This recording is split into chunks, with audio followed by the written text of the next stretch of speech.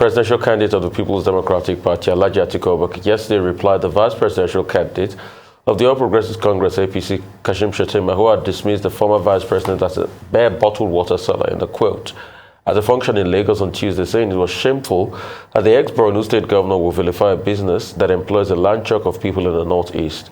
Atiku said the statement directed at him was not only irresponsible but also disrespectful. Atiku said in a statement by eBay, any business that produces products, creates jobs and delivers dividends, especially in the era of the APC administration when the country is bleeding, is an asset and should not be mocked. In another statement, Director of Strategic Communications, President Atiku Okowa Presidential Campaign, Dele Momodu, queried Shettima's statement that Atiku could not unite Nigeria when he has not united his own political party. Momodu said Atiku remained one of the most important contributors to the Nigerian economy.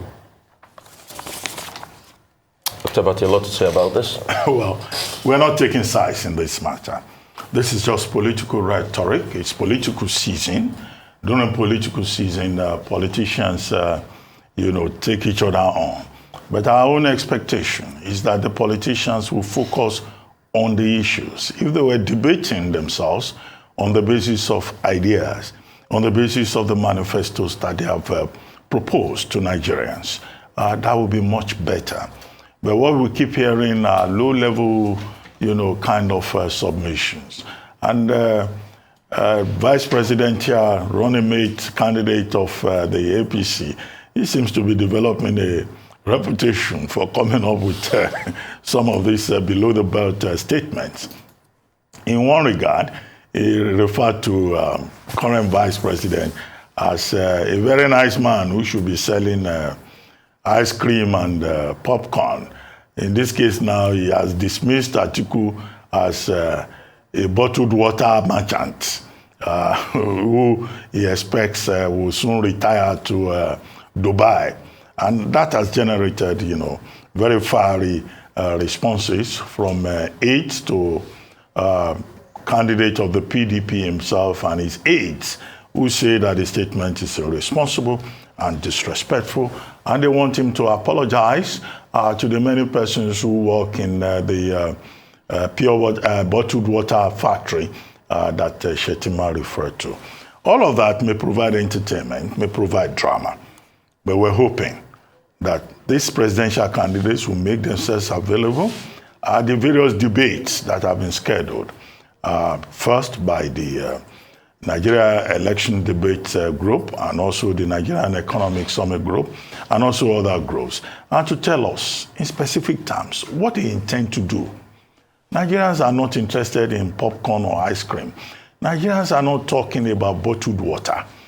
Nigerians need concrete ideas about how to address inflation, about how to address unemployment, about how to address security and other distortions within the economy, either from the security side or from the macroeconomic side. This is the kind of elevated discussion that we would like to see.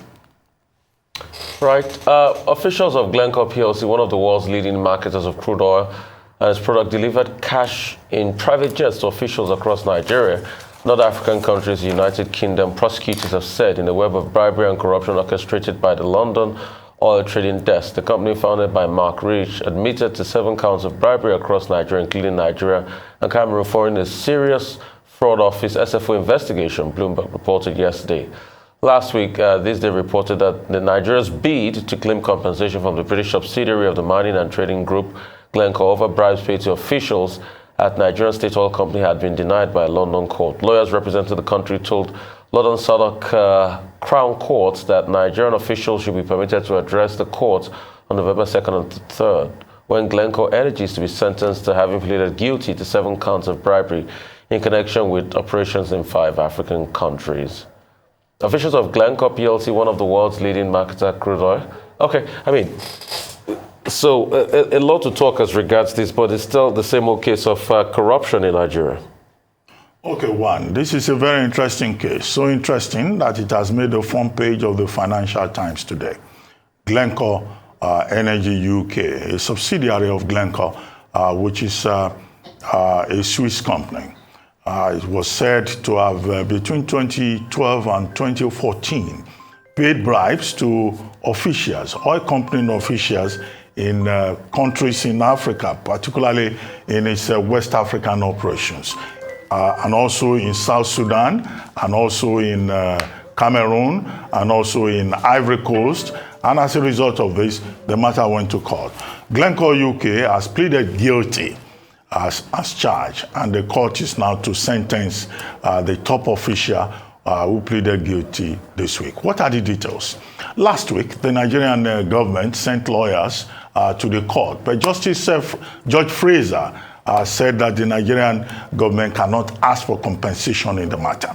It ruled that presentations can only be made by the prosecution, in this case, the Serious Fraud Office, UK, and also the defendant, in this case, Glencore.